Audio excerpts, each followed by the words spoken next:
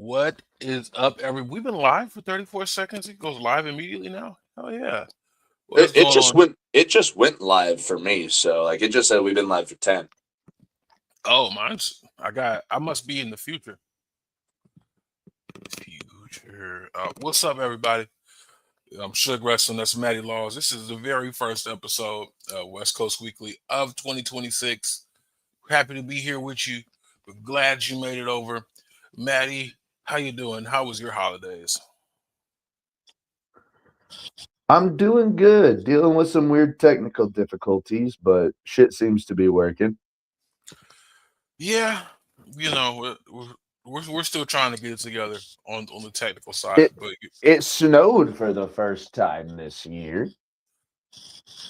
yeah, okay, this year, because I was about to say last time I was on, it was snowing over there, but you caught me on the 2 times in the last calendar year that it snowed. It feels like Suge brings the snow like this. I have special powers. That sun's coming out though, so that snow's about to disappear. Oh, it's like that. Oh yeah, here comes the sun. Doo doo doo doo. It doesn't stay around. I feel it.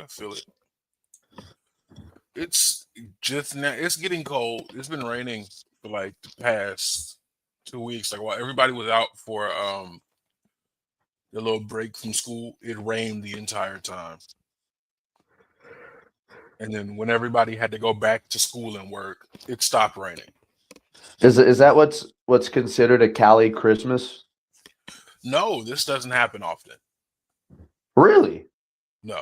Like it might rain here or there. Like it rains in California whenever it wants. It's not. Oh, it doesn't have like parts of the year where it's guaranteed to happen. No, because we've been in drought for like the past 25 years. They're saying that. Oh shit, that's right. Yeah, this is the first time in 25 years that the entirety of California has been out of drought. We've either been in drought or getting ready to go into drought. You guys are just like them fucking giant pandas coming off the endangered species list. Yeah, but we'll see how long it lasts with all this AI stuff. From what I hear, I don't know if there's any hubs out here, but that takes up a lot of water. And people water their grass at the strangest time. Nobody thought to turn their sprinkler system off. You'll see sprinklers going all time of the year. In the rain. Well, at that point, you're not going to go outside and turn it off. True. I would, because I'm not paying for that. I'm not about to pay like a water bill when it's free water falling from the sky. I don't need to water the grass. It's already being watered for free. Absolutely free. So let's kick it off. West Coast Weekly 37. I want to hit on something really quickly, but I do want to send this to this group chat and see if we can get some friends in here. Get some views popping. Oh my god. This early morning shit. You had no coffee? Not this morning. I probably should have went to the 7-Eleven and got something, but you don't have a coffee maker? Oh, dude, I do instant coffee. There ain't no room in this bitch for a coffee maker. I feel it. Like that was priority for me. Like I could get one of those cheap little, like 5-cup little coffee pots, but at that point, like I drank all that in one go, and I need another cup. Do it. It's worth it. I promise you. Even if you got to make 2 cups, or you can get a French press and just make it super strong. See, I do have a French press. I just don't use it. That's funny. So apparently, this is being reported by Post Wrestling. There's a new class action lawsuit that was filed Thursday accusing WWE and ESPN of deceptive marketing practice with the move of PLEs to ESPN's direct-to-consumer streaming service. The complaint takes issue with how some fans who already have ESPN channels through cable or other providers were still required to pay an additional monthly fee to watch WWE events. Wait, wasn't that part of their, hey, if you already have this, or if you already have ESPN through cable, you ain't got to worry about it. Mm-hmm. So they just completely said, fuck that shit. You broke bitches got to pay us. Everybody got to pay. I know what we said. I know we said y'all get in for free before 10 p.m. I know it's 8:30. Everybody got to pay. When did that happen? Today? Who said so? Me. I did. So the plaintiffs are alleging that this contradicts marketing communications from both WWE and ESPN, which they claim suggested all existing ESPN subscribers would have access to PLEs. They just want your money. Now, I guess here is another question about that. When they got their PLEs, like when ESPN made the deal, what did they specifically promise to shareholders and their audience? And what are they not keeping up with? Clearly, they're not holding up their part of the bargain of, if you already have the service, you get the PLEs for free. Right. But if that's the only thing, then I don't know how much, more is happening behind the scenes. There's some hot water. I recently saw something about a group chat where Vince McMahon was possibly still running things behind the scene. Oh, wasn't that confirmed that he had been working in creative up until like late 2023? Yeah, and then like Nick Khan was like signal backwards. And he was like, what does that mean? So Yeah, you're not telling me that some of these decisions that we've seen, some of the people that have come back, you're not telling me that wasn't Vince driven. It's gonna garner a lot of crazy looks. I'll just put it that way.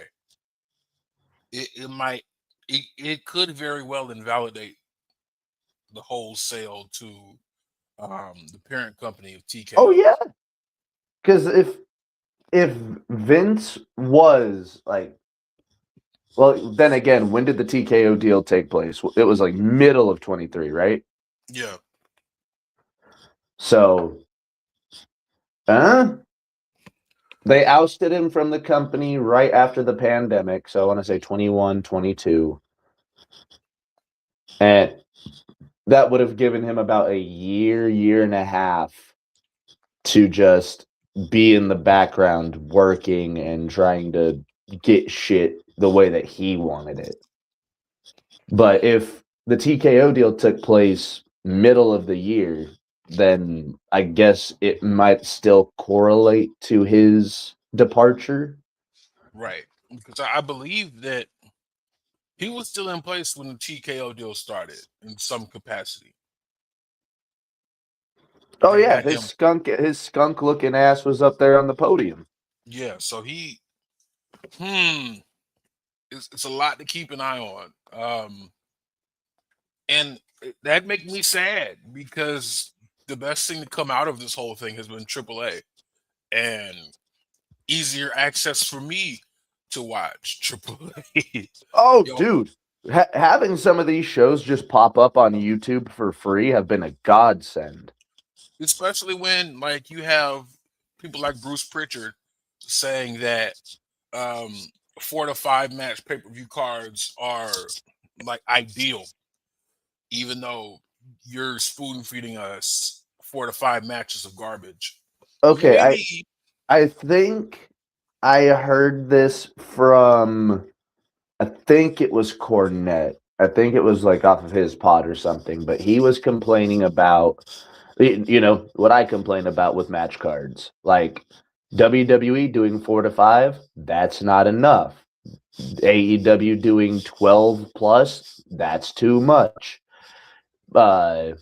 However, I guess WWE's thought process here is if we have a lower amount of matches, you guys are going to have a lot less to bitch about in terms of in-ring quality. Not necessarily. You guys got one of the best rosters on the planet. You can put on 6 to 7 matches on a pay-per-view card and all of them be bangers. That's true. I feel like it's backfiring because the matches we're getting aren't that great. No, we get one maybe really good match, and then the rest are filler arcs that you would see in the middle of an anime or something. It's real talk. Like the last notable match we had from WWE in a good way, besides John Cena's retirement, was John Cena versus AJ Styles.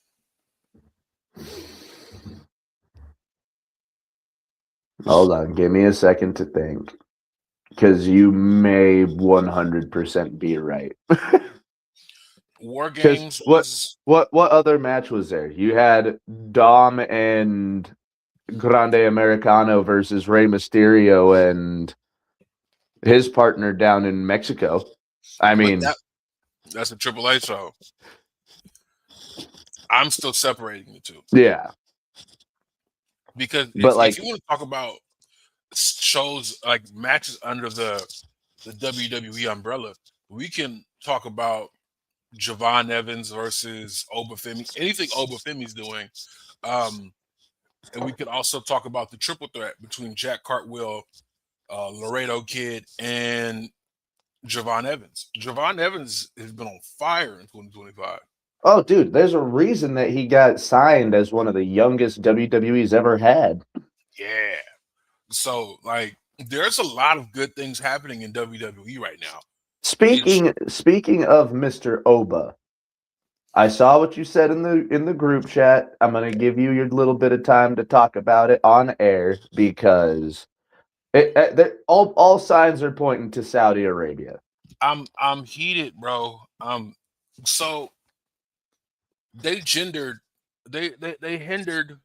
Ricky Saints. We say don't hinder gender. We've hindered Ricky Saints.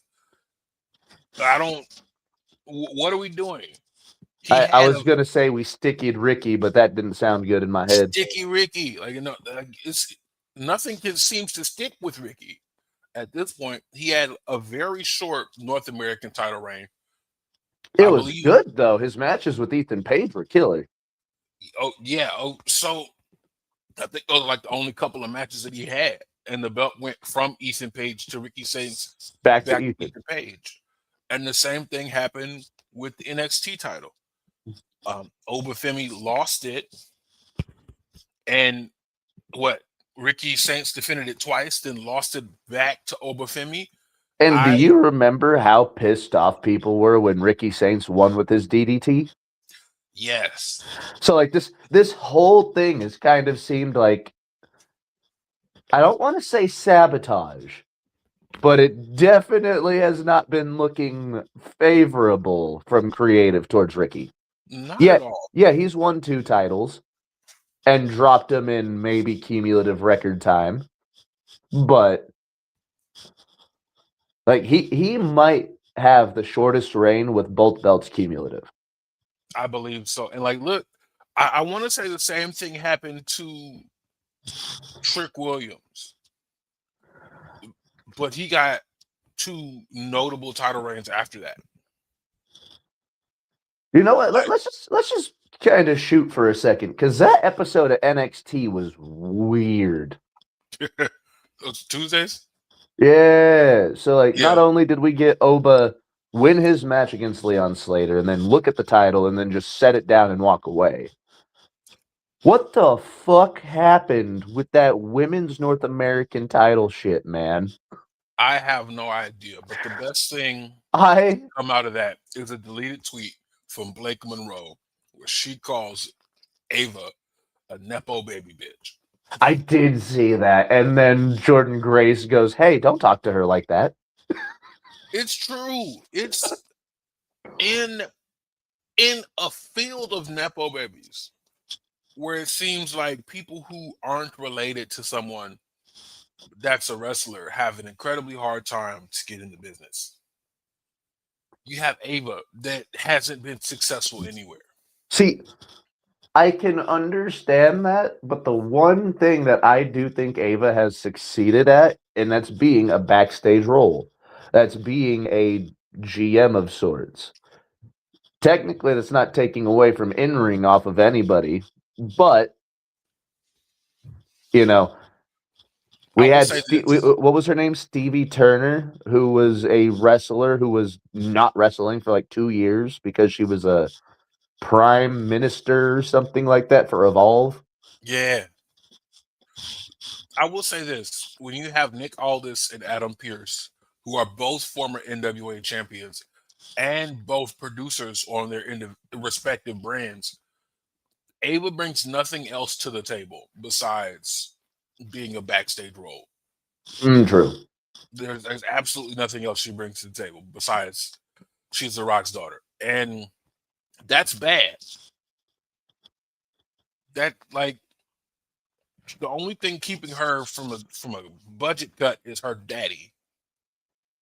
Which is also possibly true because yeah, we've seen some incredibly talented people get cut in the last couple of years. Because you can have someone who does something else in the company like come down and work that week to week. I'd love to see William Regal return. He's with WWE now. But would William Regal love to see him return to that role? I have no idea because like he could continue to do that and whatever else he's doing. But back to the Obafemi situation. And this ties into John Cena and not getting to do everything he wanted to do. Did Obafemi need NXT championship to challenge Cody Rhodes at Cena's retirement? It's Saturday Night Main Event. Shit, that didn't even need to be a title, or that didn't even need to be champion versus champion. That could have just been Cody versus the best wrestler in NXT, in his opinion. Yeah, that's 100% correct. But, you know, I feel like that was a Triple H call. Put the belt on him. It's like, we don't want to see Jinder Mahal go up against Brock Lesnar. We know how incredibly one-sided that's going to be. Put the belt So on let's AJ switch Styles. that up and give us AJ Styles versus Brock Lesnar.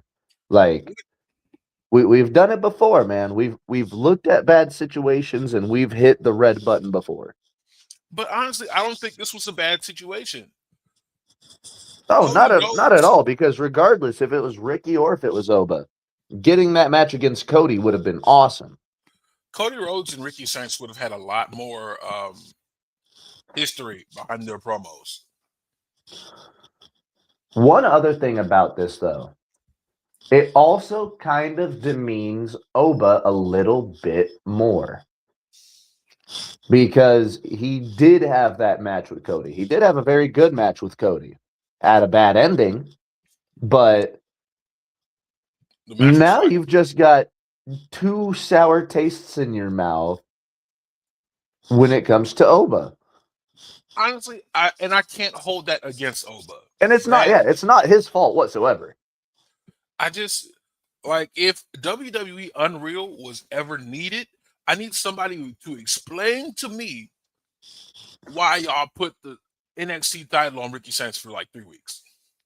Suge is out here. He's about to have a sign going, make it make sense. Make it make sense. This didn't need to happen because Obafemi had an Asuka-esque reign. It's the closest thing we've had to Asuka in NXT since she left NXT. So that was a decade ago. We have blemished his championship record, and we didn't need to. It would have made because of that title loss, he's a 2-time champion as opposed to being a 1-time champion through his entire run that no one could beat. So apparently, Ricky Saints can beat Obafemi. Womp womp. Womp womp. And so now I don't like it. I 100% think that Oba is going to end up in the Royal Rumble. I think. 100%. I think Oba and Drew McIntyre are going to eliminate each other in the Royal Rumble. That's how I'd book it. See, I don't know if Drew's gonna be part of Oba's elimination, but I can 100% see Oba eliminating Drew. And then Drew will probably have, if they don't He eliminate he each other, might have something to do with it, but I don't think it's gonna be like a double elimination. Mick Foley, Randy Orton taking each other out type thing. I would love to see that. I also I will always pop for the cactus clothesline. Always pop for it. Absolutely. But I wouldn't mind seeing Drew cost Oba because he had some he had some fighting words. Oh yeah. Yeah. Dude, and those two, just like the image of those two standing across from each other, those are two warriors from different paths. Damn near same build. Yeah. About to beat 10 shades of shit out of each other. I am excited for that match whenever it happens. This is the closest thing in Deadliest Warrior we've seen in the ring, where two people have their cultures on their back. And we're going to see who would win in the fight. Yeah, because the Oba's like the Nigerian monster, the Nigerian beast, right? Right. I was almost said Nigerian monster, but I'm pretty sure that's Omos, right? Or Nigerian giant. Yeah, he's a Nigerian giant. And then you got Drew, who is William Wallace in WWE. So, yeah, dude, like you said, that is like the closest thing we've got to a Deadliest Warrior image in professional wrestling. And they're going to beat the shit out of each other. Do you know how high Drew McIntyre can jump? He's going to make that power bomb look like $1 million fucking dollars. Yeah, and I'm glad to see the pop-up power bomb back in WWE and not with Kevin Owens. Man, Kev's back was so destroyed from that move. Yeah. Well, whenever you look at the people that Kevin Owens was doing it to, he hit that shit on Mark Henry. John Cena. Several times. I think he hit Kane with it. KO was hitting everybody with that move. Roman Reigns on a week-to-week basis. Yeah. That's funny. I was watching WWE. I was watching WrestleMania 23, and we got to that Kane Great Khali match, and it really took the wind out of my sails. Like I turned it off. Dude, I remember being a kid and going, "Oh, this match is going to be scary. Like both of these guys are going to really hurt each other." And then as a kid, I was like, "That's it." Yeah, that's the match. Did it even have an ending? Did the final bell ring? It did. Was it disqualification? I forget. I don't remember if Kane or Great Khali won. I think Khali won. It didn't make sense because Kane had like the chain on the rope, and he like swiped Khali's nuts. Like, he's a great Khali, so he probably has great balls. But and somehow Khali still won. Yeah, and all that movie was to promote See No Evil. And psychologically, it didn't make sense to me. It really took the wind out of my sails. And then it was MVP versus Redacted after that. And that match is good, but whenever you realize that that's the year. Yeah. It's like, damn. Yeah, you're like, oh, this match is good. Whatever happened to I'm not gonna lie, you could see something in his eyes at the start of that match. I'm like, he does not look okay. No, he was not there. Yeah. Still put on a hell of a match. I'm not gonna hold you. Probably the greatest technical wrestler of my childhood. Oh, and it's not even I can't. You can't say it's not even close because he was out there with Kurt Angle on a regular basis. Yeah, it saddens me going back to see that because dude, the matches are still great, but the person, even the ones where it's like blatant that he's getting fucked up in, like he somehow can pull himself back together and then just deliver a routine 4-star match. Like somebody who's been concussed so much, he knows how to work through it. That's crazy. This man had the fucking brain of like a 70s NFL player. That's wild. Gets hit. Where the fuck am I? You're in the garden, son. Okay, cool. Have you seen Reggie Ray? Not Reggie Ray. not another teen movie. Oh yeah. The Concussion Counter. Oh my god, yeah. It's not something to joke about, but it just the mixed emotions. We're gonna leave it alone. Oh yeah, dude. You're talking to two people that grew up in that era, watched those people grow, and were ecstatic when they finally reached the top of the mountain. I had a For Real chain. God. That I bought off the magazine. Man, those WWE magazines back in the day were the shit, weren't they? They were peak. So like, you can imagine my dismay when the chain I waited some 4 to 6 weeks for, the person, like the chain I was wearing, the dude I was representing, fucking killed his family. I tossed that shit in the LA River. Oh, dude. Yeah. I didn't have any merch, although I probably would have if I had my own money. But yeah, man, like I remember where I was whenever the news came out about that. I was at a hospital, like a doctor's appointment. Mm-hmm. And like the news came up on the TV that a professional wrestler and his family were found, at their home. And both me and my mom were like, oh my God, oh my God. Right. I think it was after the Raw when we got all the news, right? Yeah, well, it was when everything got confirmed, like that it was a double murder suicide. No, it was a SmackDown. Okay, so it was the SmackDown after, because the Raw was the tribute show. Right. And then that's when Vince McMahon, who was supposed to be dead, came back. Remember, his limo blew up. Dude, remember Paul London got fired because of that. They still didn't bring his ass back. They still. Hold on, I just saw something that requires my attention. Oh, you good? For the first time ever, Andrade El Idolo versus Amazing Red in Los Angeles on January 30th. First time ever. You're telling me that in Andrade's damn near 20-year career and Amazing Red's damn near 30-year career, that not once have they crossed paths? Look, I'm not telling you anything. All I'm saying is I'm taking a PTO day. Yeah, that match is gonna fuck. I mean, Amazing Red is an anomaly, bro. You would think for someone who has been doing this shit the way that he has for as long as he has, he would somehow find a way to slow down. No, he is still moving like he was in the early X Division days. Which is wild. I gotta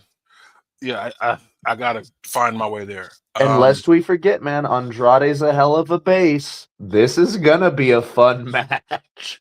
Like, I might, even if I have to roll solo, you gotta see that match. I either have to pay for it or I have to be there. Hopefully I can make it there. But we freeformed the first half of this episode, so we're just gonna go ahead and hit this little piece of paper I wrote at work real quick. Hiroshi Tanahashi has officially retired at 49 at Wrestle Kingdom 20. He was retired by Kazuchika Okada. First off, hell of a career, man.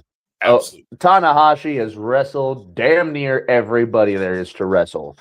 That doesn't include, the WWE stayers. So, like, yes, Tanahashi never wrestled a Cena. He never wrestled an Undertaker. But he did wrestle a Brock Lesnar. He did wrestle a Kurt Angle.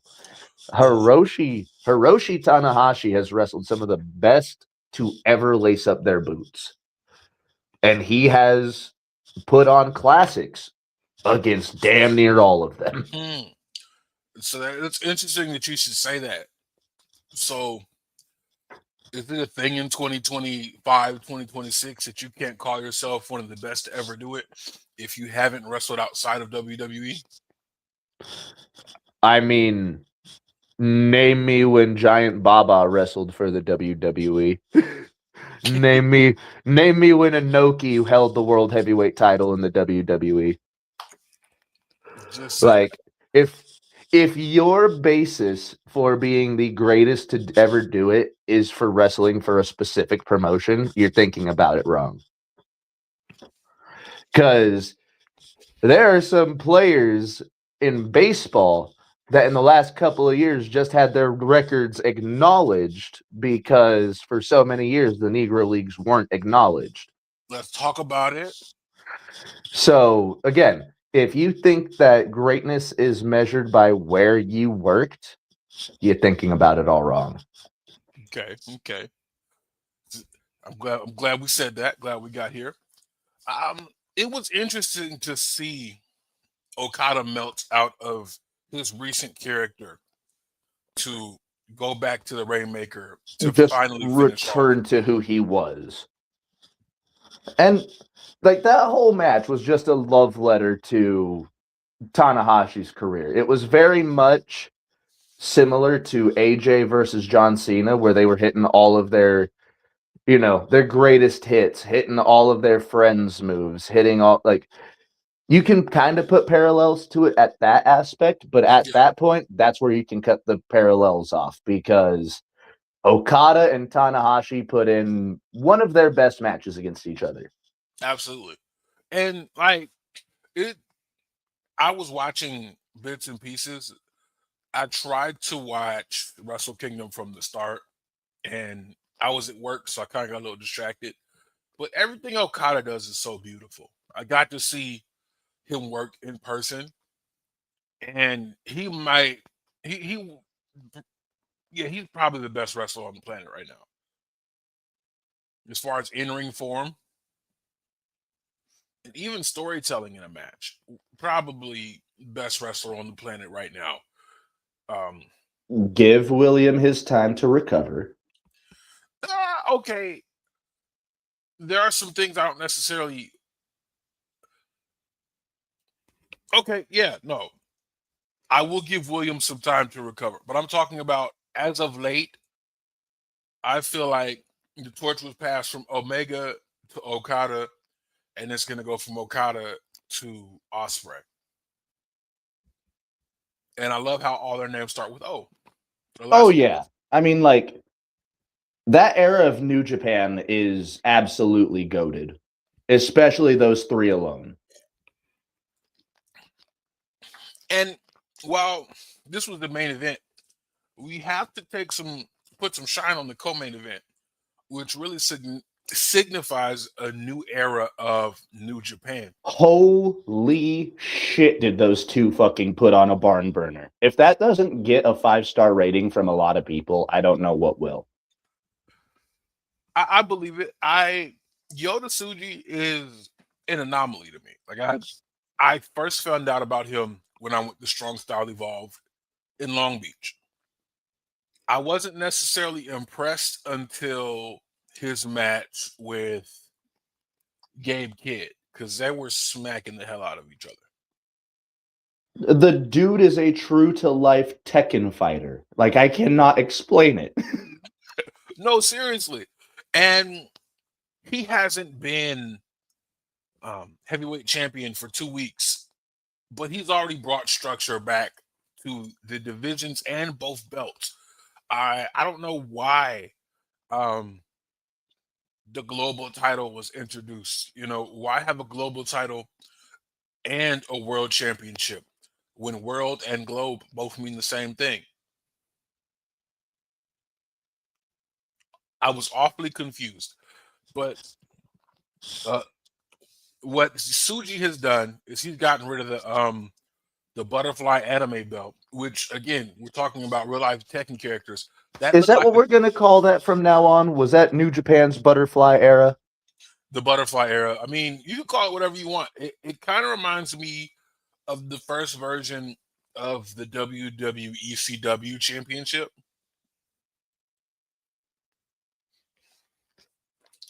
I know Matty The was outside. Phoenix? Yeah, it kind of reminds me of the Phoenix belt in shape. You see, I only associate that Phoenix title to two people, and that's Ezekiel Jackson and Mark Henry. It's very interesting. Yeah. Yes, Christian held that belt too, but I digress. Yeah, it had a very similar shape to me. Yeah, no, it's similar enough. It wasn't as pretty as the other belt. But no, seeing Yoda Suji bring back the IWGP Heavyweight Championship, V4. Oh, so this Yoda Suji, like if this is going to be New Japan's like new face going forward, I think they might have hit diamond. no, they did, because shortly before Wrestle Kingdom, he was like, I'm tired of I don't necessarily enjoy the working relationship between New Japan and AEW. Honestly, there hasn't been a lot.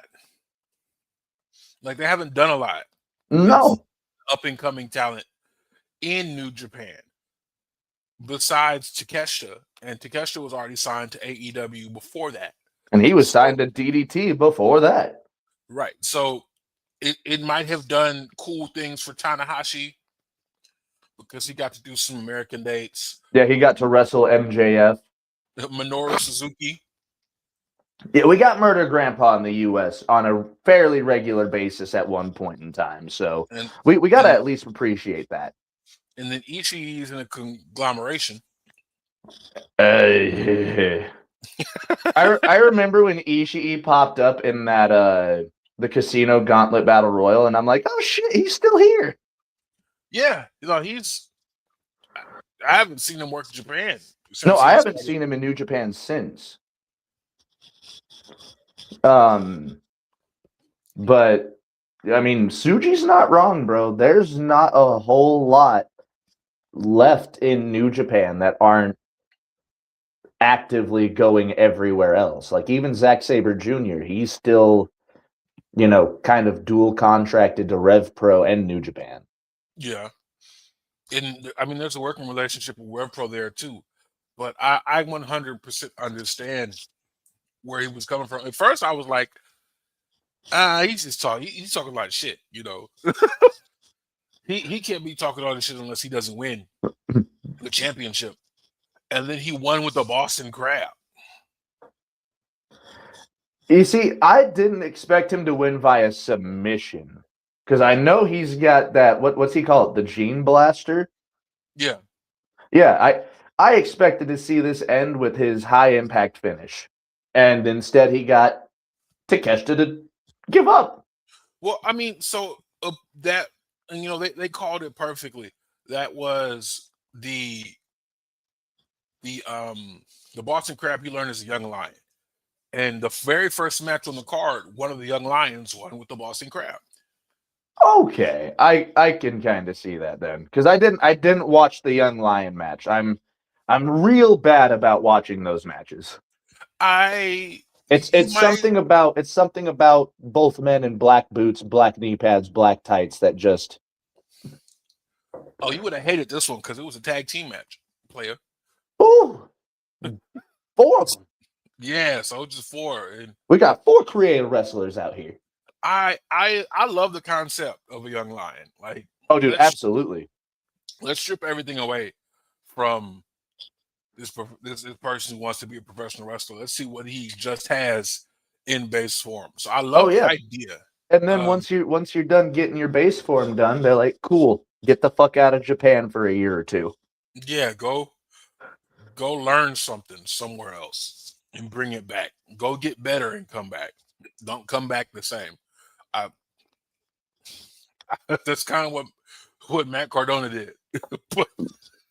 And we'll get to that soon enough, because there's some call-ups and some shit that happened on the WWE side of things that just have me confused. I understand we got a new 3-hour show, but come the fuck on.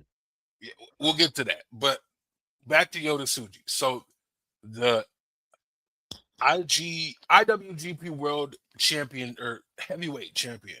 It's been stripped of its World Heavyweight Champion status, but it still carries a lineage.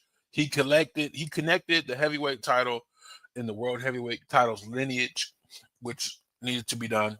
Wait. Did you just say that it wasn't classified as a World Heavyweight Championship? No, so it's not technically. Like the World Heavyweight Champion was for what I understand, the butterfly belt. But the other gold belt was just the IWGP. It wasn't considered a world championship? That's what I'm saying. That's what I'm seeing. Right? And apparently Kurt Angle's reign doesn't count. Does Brock's? Yes, because he won it there. But Kurt Angle won it off of Brock. Wait, huh? Or no, it's the other way. It's the other way around. It's the other way around. Yeah. Wait, no. So Angle won the IWGP Heavyweight title while he was working for Impact, didn't he? Yeah. Why are they? Do they just not recognize it? I don't think so. That's kind of Shiesty. Well, I mean, TNA has had brother, the belt history there is crazy because it started off with the NWA Championship. As many wrestling promotions do. Yeah, so confusion. I'm confused. I am confusion. But it connected the lineage of both belts. He said that the IWGP Heavyweight Championship is to be defended in Japan by the best of Japan. Okay. Oh, so that's why he took the world away from it. He's like, no, we're defending it at home. At home by the best of home. He also said he's boycotting shows where that is not the main event. Okay, hold on. That is some incredible heel shit. I don't think it's heelish in this instance. It gives me early tribal chief Roman Reigns. Like, I'm not showing up if I'm not the main event. I 100. I think he has every right to. Honestly, I can't say he doesn't have the right to do that. I'm not showing up unless I'm the main event, or if you guys can get me out of there early after the first match. But then, on the flip side, he says that the global heavyweight champion can be defended in places outside of Japan and against invaders. He used the word invaders. So he's really kind of trying to draw a line in the sand for New Japan. Yeah, he's sticking up for New Japan. Yeah, because, I mean, storyline-wise, he probably was looking at Takeshita as, the pretty boy, the golden goose type shit. Which he 100% is. And I think that it was a mistake to not put Okada and Takeshita in the finals of the Continental Classics with all them belts on the line. We missed the golden opportunity to have Takeshita draped in all sorts of gold. Give him his own little Ultimo Dragon moment. Right. He could have held the IWGP World Heavyweight title, Continental title, the International title, and the Unified title. But now the Unified title is gone.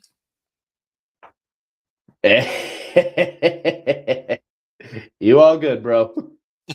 It's gone. Hey, you good, brother. Thanks for coming by in the comments, man. But the unified title is gone. Yeah, because the Continental title just got put onto Mox, which I think is an incredible decision. Oh, 100%. Very confused.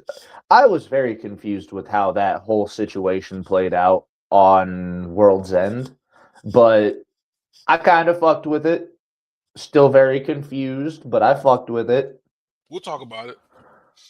I want to hit the rest of this, the rest of these Wrestle Kingdom points. So, also, while we're on the topic of Takeshita, he represented Shinsuke Nakamura with his armband. Mm-hmm. Shinsuke Nakamura was blocked from going to see Tanahashi retire to speak a little Japanese with Tama Tonga on SmackDown,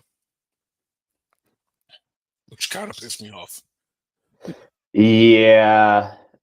There's a lot of people in your current company that worked for New Japan already. You can get, I mean, maybe they looked at what he did for the Great Muta match as everybody gets one. You use your one. Everybody gets one. Whether it's a wedding, whether it's a death, whether it's a funeral, you just so happen to choose Great Muta's retirement.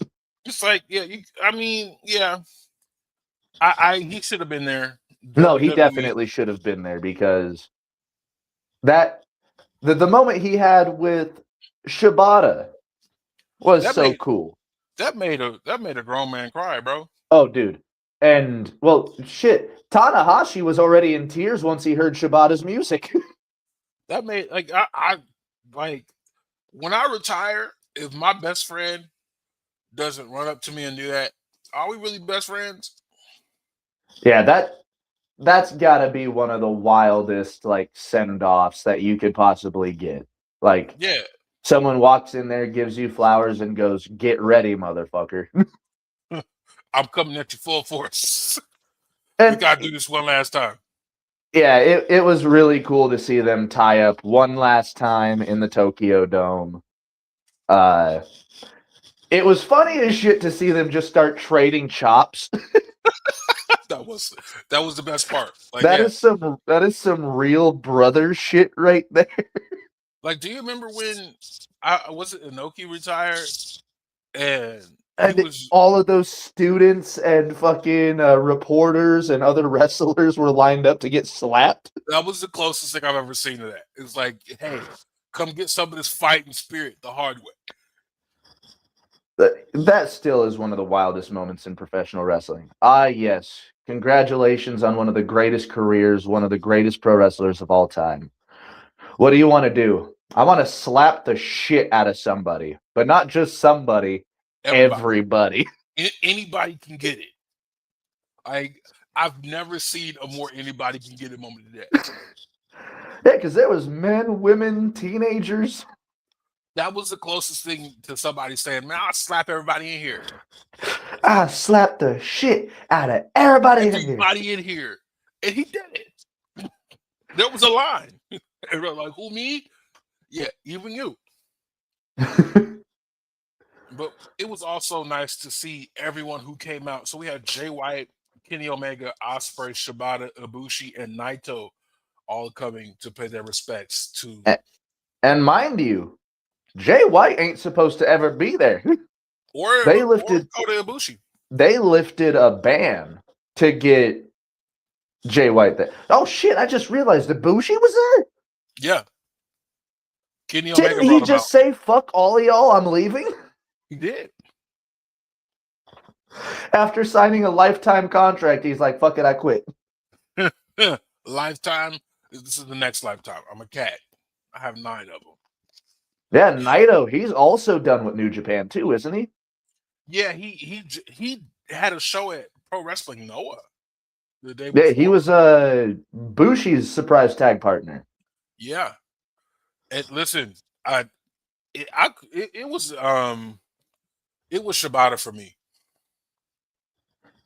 It was most definitely Shibata for me, but hey, the whole segment was enough to bring grown man to tears. Yeah, like if you can watch someone who is so beloved, so like inspirational, like so many people look up to Tanahashi. If you see that grown man break into uncontrollable tears, it's almost impossible to hide yours. No, yeah. It's we're all here in this moment together. And even Okada, to see Okada like get emotional like that was weird. Yeah. That was weird. Especially because he's been running around flipping people off, calling them bitches for like the past 2 years. Oh, speaking of gimmicks, also got to point out the fact that when Shibata came out, he was plugging his ears from all the cheering. He was in ops mode until he took Yeah, that he shirt was off. even wearing the shirt. He's like, I've got to be in character. You guys are not breaking me right now. Yeah. Because, like, I don't care what Shibata's doing in the U.S., he's always going to get a hero's welcome in Japan. Dude, always. Like, there's going to be stories told about Shibata's endurance and his, like, tenacity. His nickname Because, is The Wrestler. yeah, dude almost died for this business. And I didn't see that spot until recently, and it didn't look that bad.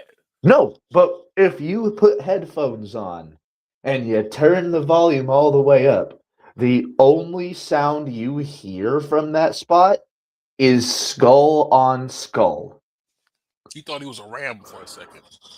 He said, "Bow." Oh, And dude, also, when I saw that like trickle of blood go from like the top of his head down his nose, I was like, this is an anime cartoon moment. And then you yeah, find out that he cracked his skull and he's had brain bleeding for the past few hours after that. shit, everything was bleeding.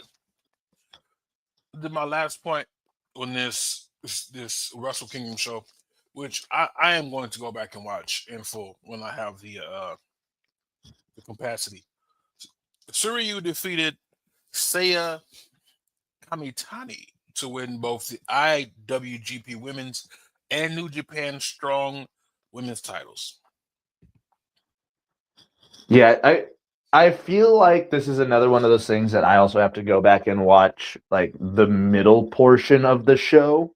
Yeah. Cause I watched the first hour or so.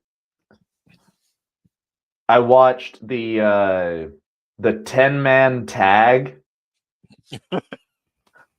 which I already thought was weird seeing Bullet Club and Los Ingobernables people teaming together, but Oh, that made a little bit more sense at the end of the show. and while we're here, Bullet Club has officially disbanded. Gotta get the shirt. Oh, you have yours on deck? Oh yeah, I just gotta find it quick. I have a Bullet Club shirt. I also have one of my coolest pieces of a wrestling merch was some patches that I was given when I was doing some work with the ASPCA. We were out canvassing and soliciting donations, and I saw somebody with the Bullet Club shirt on. And this is why I love wrestling, because it brings people together. I was like, "You're not going to too sweet me, bro?" Yeah. So like, yeah. Got the OG shirt. I too have the OG shirt. I have the It's OG even got hat. the New Japan logo on the back. Usually that means somebody's getting released. But but I hit him with the too sweet, and he was like, "Hey, I gotta." He handed me these packages, and he was like, "Yeah, the Elite are about to do something crazy. They're about to start their own promotion." I was like, "Okay, cool." And this was before All In, and So so this was before the first show. yeah, I was working with this corporation in 2017. When was All In? I want to say it was 20. Was it fall 2017? I want to say fall 2017, like August time. No, it was September 2018. 2018. Okay. Well, I was right about the fall. So this is knowledge I had 9-10 months out.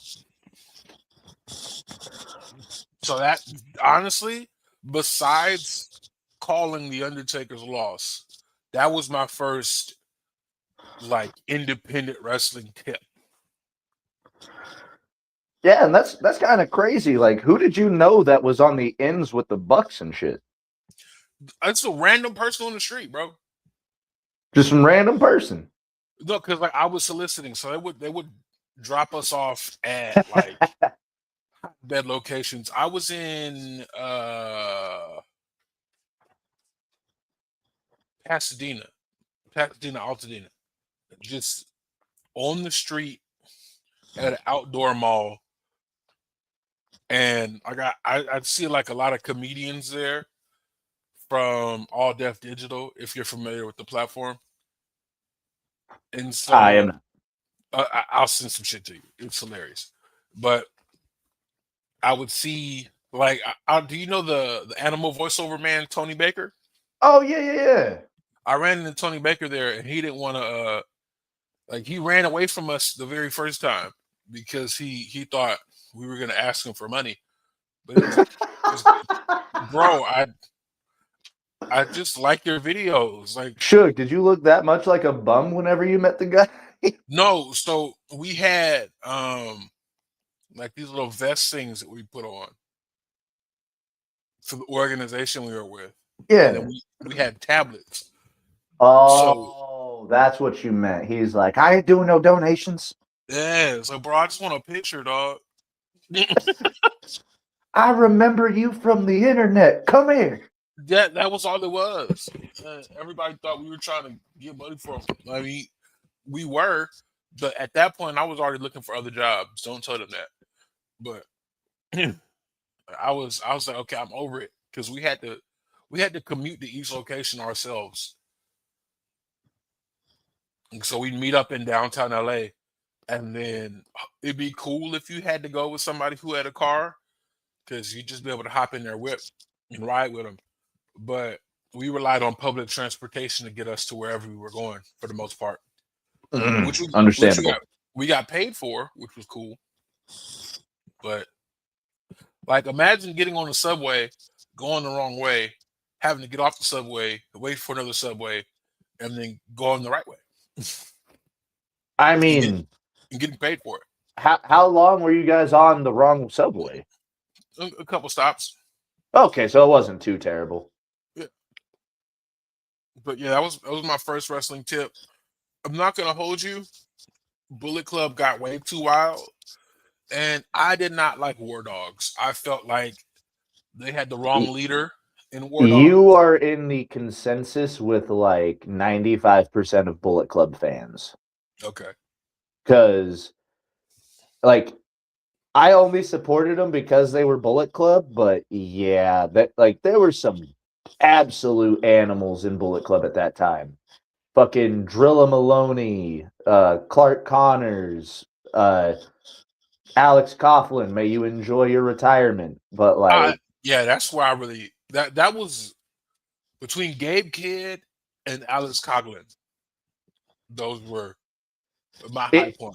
It was really those four, like the tag team of Connors and Drilla and Alex and Gabe. Like those four alone carried the Bullet Club name and made you feel like they were old school Bullet Club. Yeah.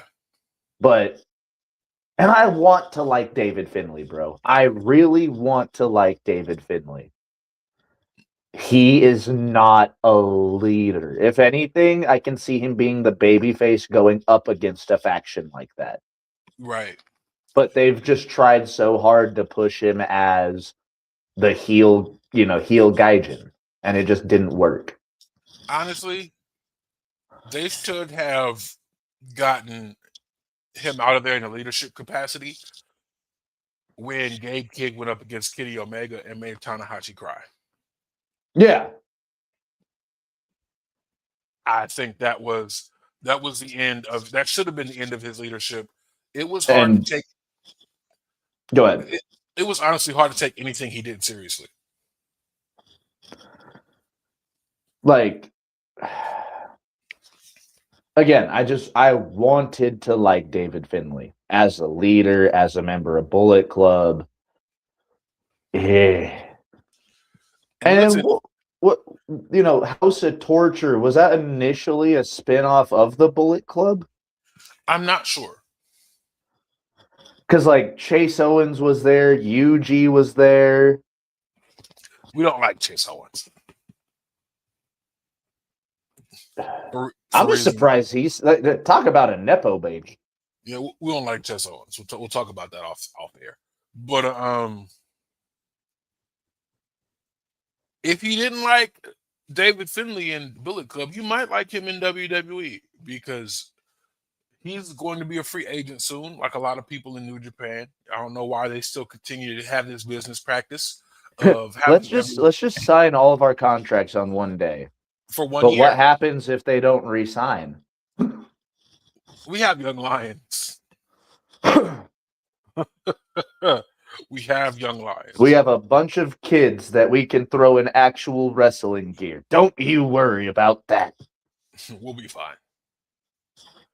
But yeah, if you didn't like him in Bullet Club, you might like him in WWE because his contract is expiring and he's looking to explore other options. And apparently WWE is interested. You want to know something? Here's my pitch. If we bring him to WWE, there's one thing I want them to do and one thing only. A tag team with him and Charlie Dempsey. Put the Sons of Regal and Finlay in a tag team together and just have them beat the shit out of people. Yeah. Like Charlie Dempsey's going to out-wrestle him. And you know what you can do? You can have Sheamus be like their manager or like their backer, like their supporter. Yeah, like they're pro. They're because Regal had a lot to do. Regal and Finlay had a lot to do with helping Sheamus get into the business. So, yeah. All right, what else did we have on your list of notes? So it's rumored that Chris Jericho is a free agent. Oh yeah, he was supposed to show up on Monday, wasn't he? You know, according to 90% of people on the internet. Everybody's supposed to be everywhere all at once. Especially in the Upside Down. Especially. And we'll talk about that too. That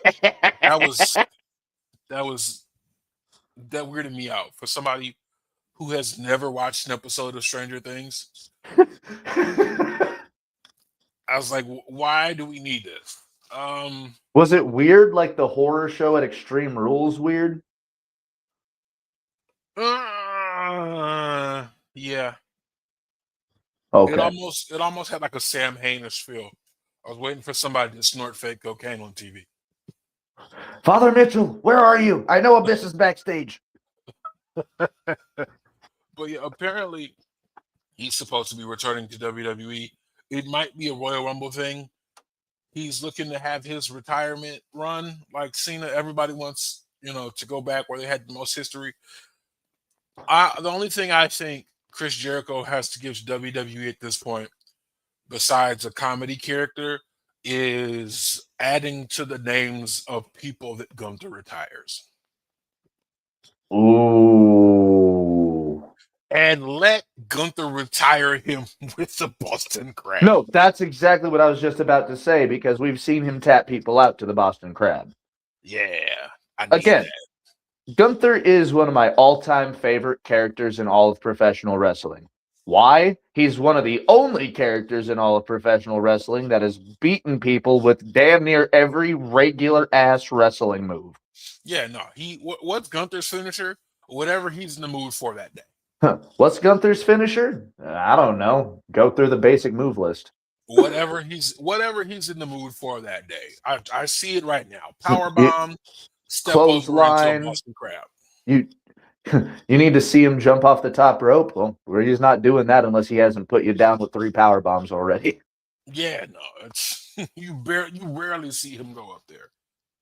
Dude, I remember the first time I saw him do that against Pete Dunne in oh God, which takeover was it? Was it New York? Not Brooklyn, but takeover New York. I think so. It's been so long. But yeah, man. God, I love Gunther. He's so fucking good. Yeah, no, go ahead, add him to the list. Just add him to the list. But yeah, for Jericho, like you said, I would not be opposed to a joke kind of comedy gimmick for him. Because we're not taking him seriously in 2026. Not as a 54-year-old man. No. Like I'm not anyway. I'm not. You know, he did what he could for AEW. I'm glad he had that. I'm glad he got to be a world champion again, because that definitely wasn't happening in WWE. Motherfucker won the Ring of Honor World Heavyweight Championship too. Twice. I want to say twice. I think it was twice actually, because he beat Claudio for it the first time, right? Yeah. Yeah, and then he beat Bandito for it the second time. And then Bandito won it back. Yeah. I love it. Speaking of signings, Matt Cardona has officially signed with WWE as not Zack Ryder. Matt Cardona. And I'm gonna take a page from the WWE Championships recent recent promo. He sat up on it, he spat on it, and he did some tricks, and he's back finally. And there's already some controversy behind that because he just dropped out of like an entire summer's worth of dates, apparently. Hey, look, you do what you when opportunity comes calling. Which the only thing that statement has me thinking is, damn, some of these independent promoters thinking that far out. You have to. I know you have to, but with how many independent promotions we see just fall wayside, like it makes you think some of them really do just go week to week. Yeah, and like that makes you think. You know, Leon Slater got pulled from an event which was supposed to be his culmination in, I don't know if it was Rev Pro. I think it was Rev Pro. Yeah, so that was because that's the one that Ricochet went and filled in for. Yeah, so like he was supposed to culminate the work he was doing then, but they called him for the John Cena retirement show. Hold on. Imagine you pull a talent from a show and you're like, cool, sorry you had to leave that show, and then you look on the internet and shortly after your competition just goes, hey, we filled that spot right away. Yeah. That's crazy. It just goes to show that wrestling is still booming. well, while we're talking about wrestling being booming, I got one question before we get off here today. What do you want to see from professional wrestling in the year 2026?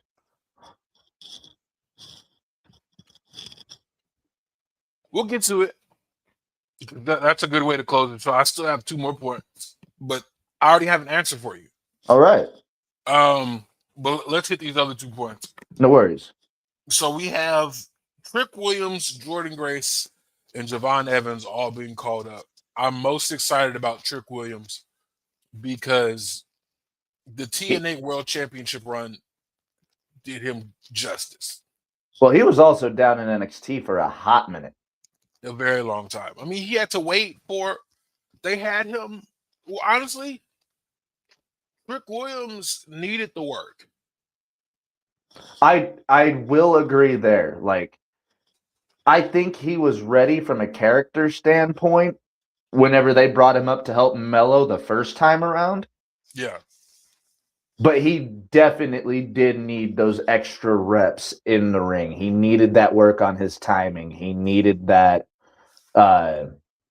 work with stiffer competition. Yeah.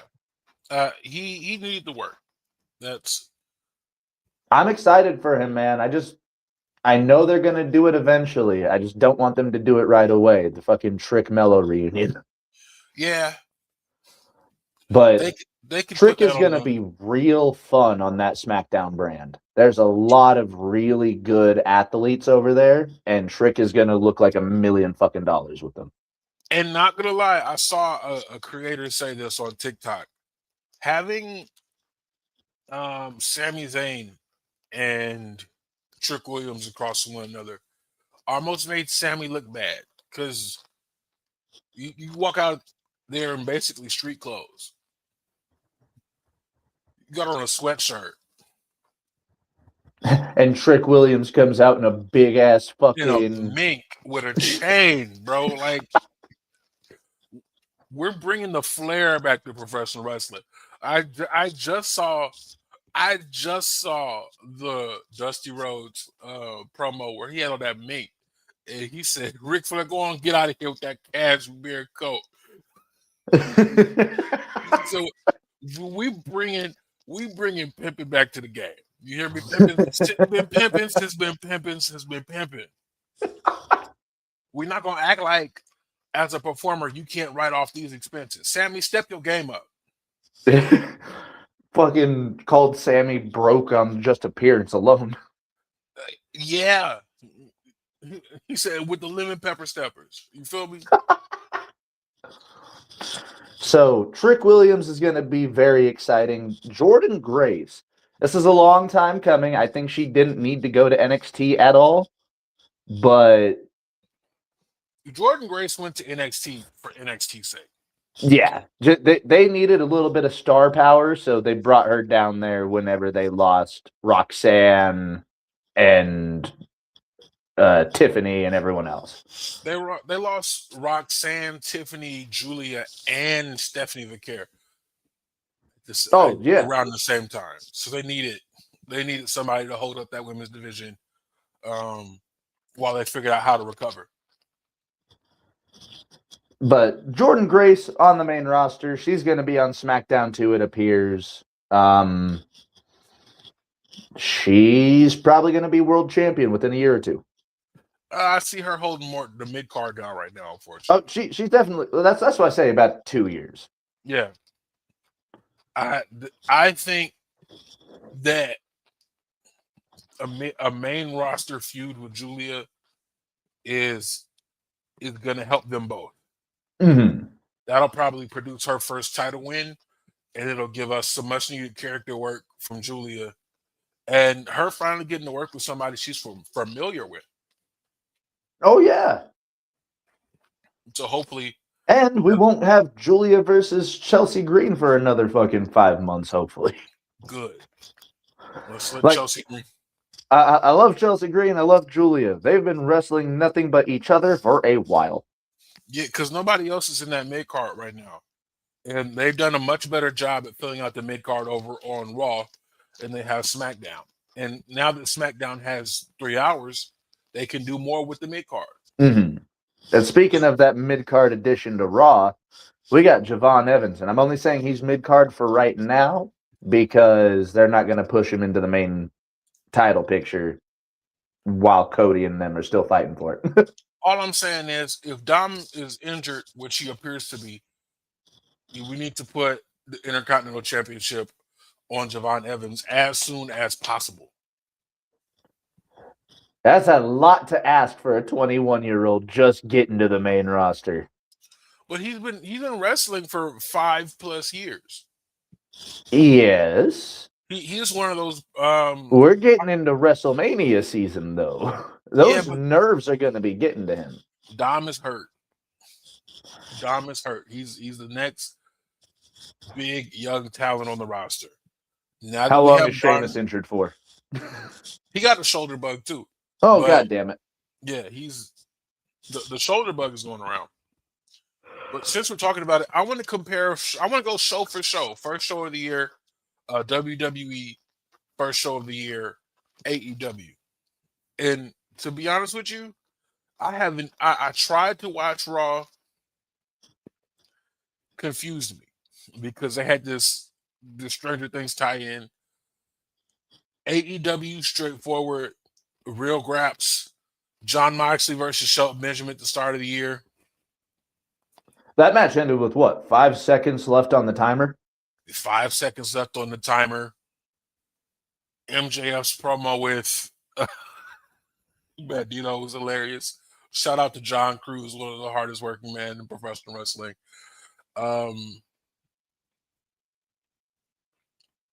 Dunkzilla and Jake Doyle in a tag team. Again, gotta love the fact that Tony Khan gave him a last name. So yeah, he had a last name before, but when he got brought into TNA, I'm sure you know they had him as Cousin Jake, and then he had like an identity crisis moment, and so it was just Jake something. But he's been Jake something on the Indies forever too. But he had a name before that. Oh, he did? Yeah, he was in the tag team. His name was Jacob Hollows. So he's always had a variation of his real name. I just think he was going by Jake something because he was Jake something on TV. Mm-hmm. So that makes sense. Like you're not. That's why when people leave WWE, and they don't get to keep their name, they will do like an FKA. Yeah. For like the first few months, so you give people time to, create something. I mean, yeah, but just like remember, oh, it's not what's his name anymore. It's not Jake something anymore. It's not you know who did it well? Mara Sade, because I don't even remember what her name was. Jakara Jackson. Jakara Jackson. So she was FKA Jakara Jackson until she hit TV somewhere else. So with that new name. Right. So you do that for a little while. WWE's first signing of the new year was Matt Cardona. Got a big pop whenever he came back. I mean, if we're going band for band right now, AEW is still blowing WWE out the water. And it's not going to change unless WWE starts to take its competition seriously. Nah, but remember, they're not competition because we're sports entertainment. Damn it. Okay. Not if what Michael Cole said is true, when John Cena retired, sports entertainment retired when John Cena retired. We should be back in pro wrestling, and they should be nervous because between them shooting themselves in the foot and giving us terrible product, WWE isn't even in the top 3 in the world right now. Because AAA is blowing them out the water. Yeah, so CMLL sold 2 million tickets at Arena Mexico this year. Did they? Yeah. Goddamn. Yeah. WWE buying AAA has really split the fan base down there for what I'm seeing. For the people who are more fans of your traditional pro wrestling versus whatever AAA has been doing. Well, now you also have to think very much like an American audience, they've got their favorites. Yeah. And now those favorites are starting to get pushed to the wayside for,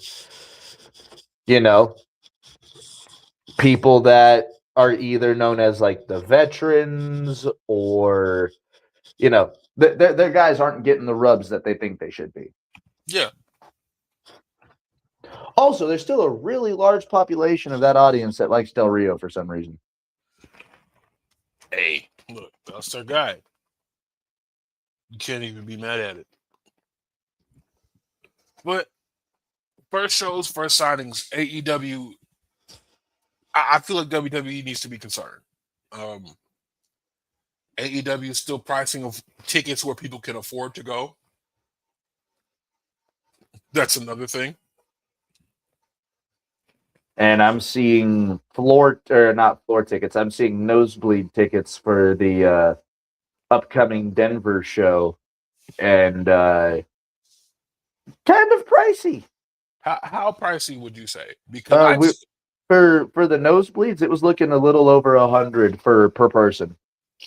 Okay, so let's compare.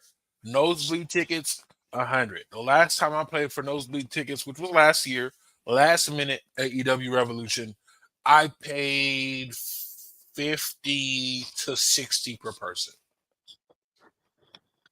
I just bought tickets for AEW again, Revolution again. I I moved up to out of the nosebleeds to the section below the boxes. Like Okay, 200. so you got a pretty decent seat this time. Yeah. I still only paid $100 per ticket. Now, on that point though, I'm really hoping AEW kind of run a residency there, like WWE did for SummerSlam for like 5-10 years. Yeah. Like, if you can just keep Revolution in California, that'd be cool. I'd love that. And there's also some other shows that are popping up. Like, again, I just said I'm going to try to check out House of Glory. I've been wanting to see Amazing Red in person for years. They're also doing a show in Ontario around Valentine's Day. I want to say on the 11th. But that'd be a solo show. I might see if the homies want to go. But my wife will probably be busy with her Valentine's Day orders. So we're going to see.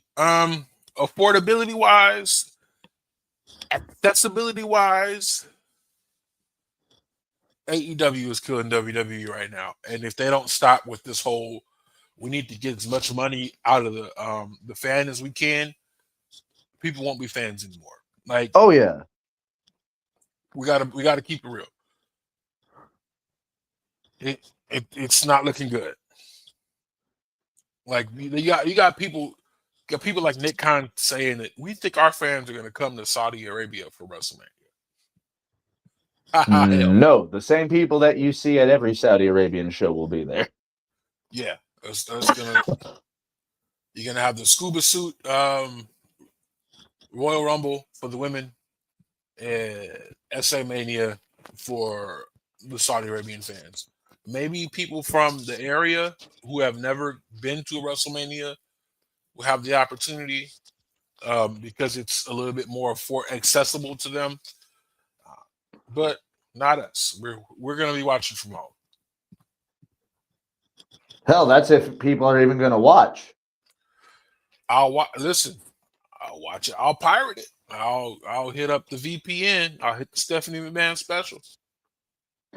Still crazy that we had Stephanie McMahon trying to tell people to use a VPN. Stephanie McMahon has always been for the people. Don't you forget it. And to answer your question, what I want to see in 2026, I want to see the return of good tag team wrestling. So are we talking like a true tag team tournament out of one of these promotions? Tag team tournament. I want to see Motor City Machine Guns get off a main event. They've been wrestling on main. They've been wrestling on main event. I want to see the Wyatt Six get dethroned for the tag team belts because all they've done is jump people for the past 6 to 8 months. Are they showing up in AAA too? And they lost. Good. Good. Like, I'm tired of it. They need to do something else. They need to get past this nostalgia run they got going. It's only going to sustain people for so far. And you're kind of just holding down two really good talents in Dexter Lumis and Joe Gacy. Yeah. Like, I love Redbeard and I do love Bo Dallas, but they hardly even wrestle. Yeah, I don't think Redbeard has had a true match in a hot minute. He worked in AAA, but that's about it. But yeah, man, it's getting old, and I love Bray Wyatt, but it's getting old. Shit, we all loved Bray Wyatt. There's a reason that they decided to run this gimmick in the first place. But when your wheels are stuck in the mud, you don't just keep hitting the gas. No, you just make a mess everywhere, and that's where we're at. They're just shooting mud everywhere. For me, for 2026, I just want to see competent booking from both ends. I don't want to be left sitting there at the end of a pay-per-view going, well, they did it again. Or that's it? Yeah. I want consistency and competence. That is all I want. Yeah, I hear you. 100%. Because it's pushing a lot of people away right now. AEW isn't. They just got their ace back. Everybody in the championship right now, besides Samoa Joe, is under the age of 40. That was a big critique from Braun Breaker to WWE. Nobody in the 90s has won, who that was born in the 90s has won that WWE championship. Yeah, that's why I saw that post the other day. Because I saw like I think it was Sports Key to put up a picture of like the wrestlers on the main roster under 30. And there's a lot of them. There's quite a few of them that can easily, well, I guess Braun is talking about male talent because Tiffany done won it. But that's the only side of WWE that's been consistently watchable is the women's division. So that's because those girls are working their ass off. Absolutely. But it's time. We need to young up. We need to make the product a little younger.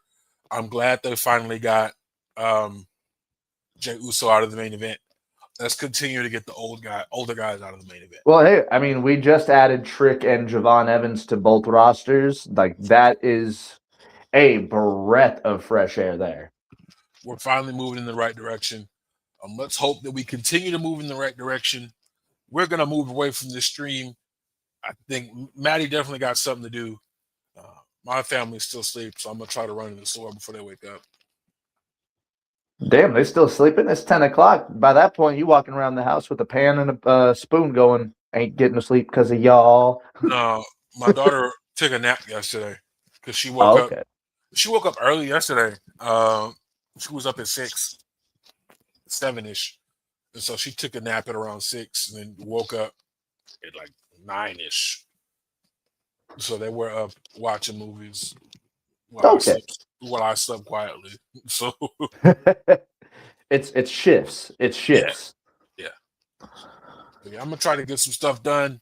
Matty, I gotta get some shit done too. You still on your Sundays? So with the regular season being over, me, Cap, and Devin, we will have our conversations and we will figure out what playoff games we will cover, when we will cover them. But for sure, the Super Bowl, February 8th, we will be live. And yeah, it is going to be a very interesting playoffs. That is really all I have to say about that. I feel it. Well, thank y'all to everybody who tuned in for watching. Please like, share. We should be back consistently in the new year. Thank you all so much. Y'all stay safe. Y'all stay healthy. Y'all stay hydrated.